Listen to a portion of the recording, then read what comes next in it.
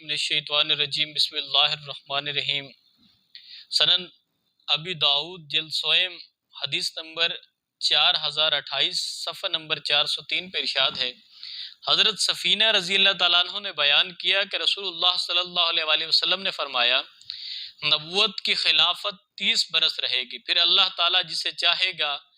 ملک بادشاہت عطا فرما دے گا۔ سعید نے بیان کیا ہے کہ حضرت سفینہ رضی اللہ تعالیٰ عنہ نے مجھے کہا، اب تجھ پر لازم ہے کہ تو اس مدت کو جوڑ لے، یعنی حضرت ابو بکر صدیق رضی اللہ تعالیٰ عنہ کی مدت خلافت 2 برس، حضرت عمر فاروق رضی اللہ تعالیٰ عنہ کی 10 برس، حضرت عثمان غنی رضی اللہ تعالیٰ عنہ کی 12 برس، اور اسی طرح حضرت علی رضی اللہ تعالیٰ عنہ کے 5.5 یا 5 برس، اور حضرت امام حسن مجتبی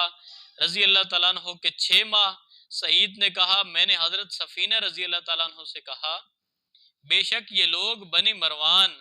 تو گمان کرتے ہیں کہ حضرت علی رضی اللہ تعالیٰ عنہ خلیفہ نہیں ہے، تو انہوں نے جواب دیا، بنی زرقہ یعنی بنی مروان کی سرینوں نے جھوٹ بولا ہے،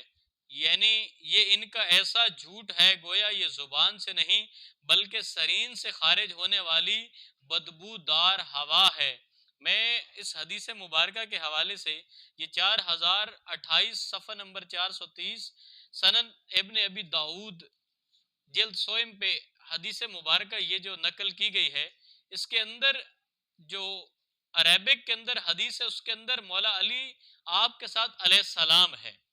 مولا علی علیہ السلام آپ کا نام مبارک جہاں بھی آیا ہے وہاں پہ علیہ السلام اس حدیث پاک میں ہے 4028 پہ، اور آگے جو مترجم ہیں جنہوں نے ترجمہ کیا ہے انہوں نے آگے